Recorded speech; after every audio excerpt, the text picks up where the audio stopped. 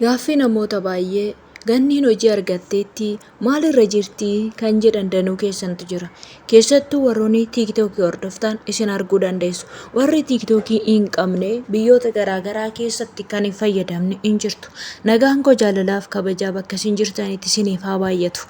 Ashama harka fuunee akkam jirtu nagaa keessanii hordoftoota chaanaalii kootii ani nagaa kooti obboleettiin teessanii baga nagaa qabaattan jechaa asumaan laayik sheer gochaa kottaa ola seenaa warroonni dur sammuu maamilan taane maamila ta'uu hin deeggeetinaa isiniin jedha.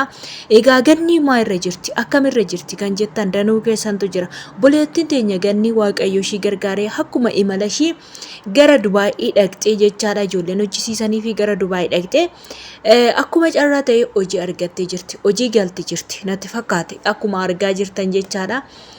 Mucayyoon tun nama gaariidha, nama qajeeltudha yookaan nama ijoollee keenyaaf yaaddu, nama garaa qajeelaa qabu, isa boo wajjiniin kan boossu, isa gaddu wajjiniin kan gaddu yeroo hundumaa miidiyaa kanarratti ganni in argitu waan ta'eef isiniin jedha. Ani isinitti himuu qofa osoo hin taane isiniyyuu ishiirraa hin beektu in argitu. Ijoollee baay'een keessan immoo ganni warroota itti siqxu malee gargaaruu hin dandeessu. Warroota wajjin haasoftu malee warroota kaan akkas itti siqanii kaan nu gargaara yoo jedhanii nu gargaaru yookiin gargaaru hin dandeessu. Nu jalaa hin qabdu jedhanii obboleettii keenya kana ni komatu.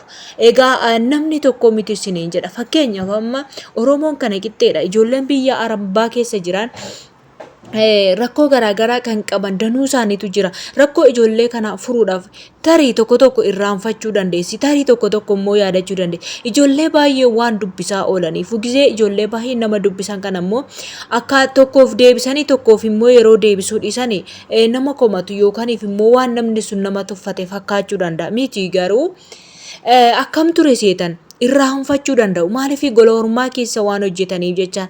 Fakkeenyaaf har'a kinoo waaqayyo ishii gargaaree iddoo gaarii jirti bakka gaarii jirti isin jalaa qabuu dandeessu. Warroonni rakkoo garaagaraa qabdan keessan naxxanii dubbistanii rakkoo keessa yoo itti himattan obboleettiin kun namoota biyya sana jiru sin gargaaruu danda'utti dabarsitee sin kennuu dandeessi jechaadha. Malee ganni yaada gaarii nama hundumaaf kan qabdu siniin jedha. Egaa wal gargaaruun akkuma itti fufetti jira. Obboleettiin keenya yaada gaarii waan namaa qabduuf kanaaf ishiidhaaf immoo waaqayyo yaada gaarii ishiidhaaf yaade. Joordaan keessatti rakkina dhiphina baay'ee dabarsitee yaa ta'u iyyuu malee amma dhuftee gara Dubaayii geessu kanatti waan baay'ee ture. Garuu immoo sana hunduma keessa dabartee ishii milkeessee kinoo amma sammuu ishii firii taatee akka barbaaddeetti akka jiraattu carraa ishiidhaaf kenne jechaadha.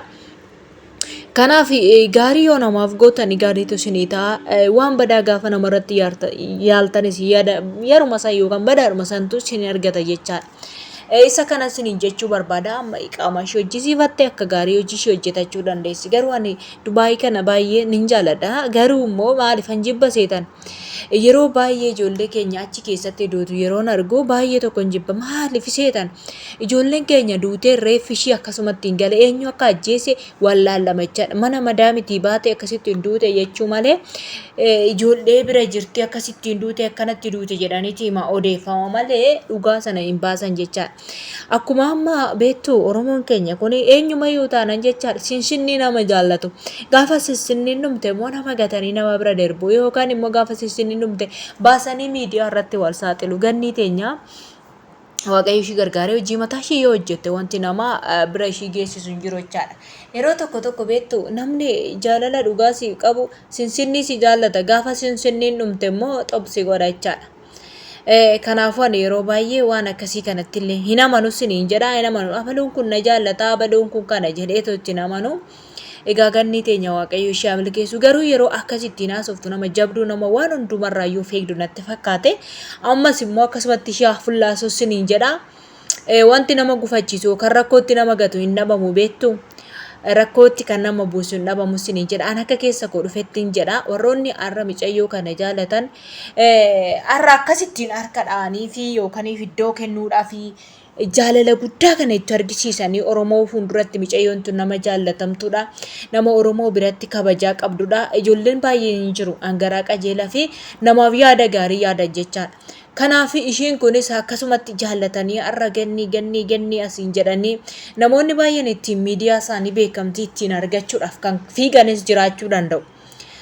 Sun haa ta'u akkuma ta'etti yaa ta'u iyyuu beekamtii si argatan karaa obboleettii keenyanii ishii kan beeksise waaqayyoodha inni galata haa fudhatu dhaloonni kun immoo ishiirraan beekamtii argachuudhaaf ni fiigu haa beekaman inni gaariidha isa hin jibbani namni kamuu beekamtii argachuu isaatti garuu obboleettii keenya kana borummoo akka rakkoon tokko irra hin geenye bichaa kana bichaan jedha malee isiniin jedha akkuma har'a jaalalli jiru boru jibbi waan jiruuf akkuma har'a si jaallatanii lubbuu koo maal ishee koo ol bahii koo gadi bu'ii koo ol seenii koo jedhan kana borummoo waan tokko sirratti arginaa waama tokko siin jedhanii waaratanii geessin darbatu ani yeroo baay'ee nan dinqochaadha jaalala nama akkas jechaan nama nan jaalladha nan kabajaa nama kamiyyuu baqa jaalala dhugaan qabaaf garuu immoo jaalala akkas maraachaa kana ani nama hin qabu dhugaa dubbachuudhaaf yookaan namni sinaaf hin qabu jechaadha maaliif nama nu ani namni nama namtochaadha har'a gaarii taatetoo jirtu borummoo harka duubaatiin karaa duubaa karaa ati hin beekne maal sii qotte boolla sii qotti jechaadha.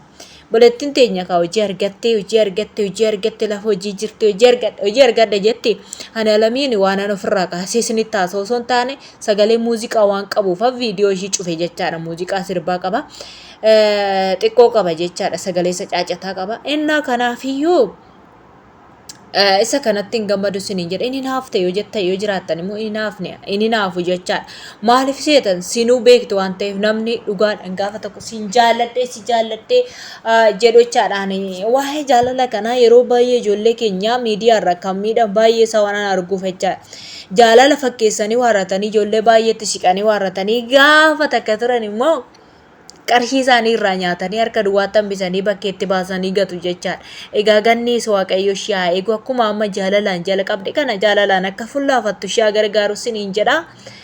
Baay'ee isaanii miccoo tokko sana yaadadha ulfeessanii warratanii bakkeetti gatan beektu miti yaadattu viidiyoo baay'een argitu maal isinitti haasa'uu na barbaachisaa waan Dubaay keessatti ta'aa jiru.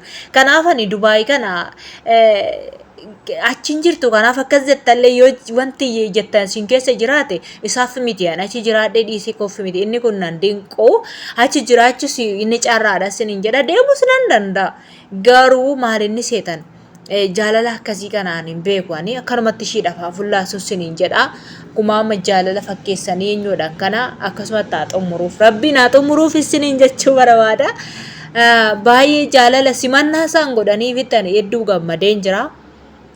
Kanaafuu akkasitti miidiyaa irrattis immoo waan hundumaaf iyyuu ani gammadee hin jira gammachuu yaa'u beektu siniin jedha garuu immoo akkumatti hafullaasuuf borummoo gaafa rakkoon tokko irra ga'a ishiit akkas godheedhaan maqaa waan baay'eetu irratti lafa waan ta'eef kanaafuu fi eeggannollee ganniillee waan barbaachisu baay'eetu jira siniin jedha jaalalli maal seetan maal jedhu maanguddoon dirbaba yookaan immoo baqqaashoo jira mitiire giddu galeessatti wayya jaalalli siniin jechuun barbaada ammas jaalalli isaa ittuma hafuufuu fi garuu hin jaalanna jaalala dhugaa yoo ishiidhaaf qabaatanii buleettii keenya kana borummoo akka hin miine bichaa asiniin jechuu barbaada hordoftoota chaanaalii kootii waan dhaggeeffattaniif hedduu takka galatooma laayik sheer gochuu hin dagatinaa siniin jedha.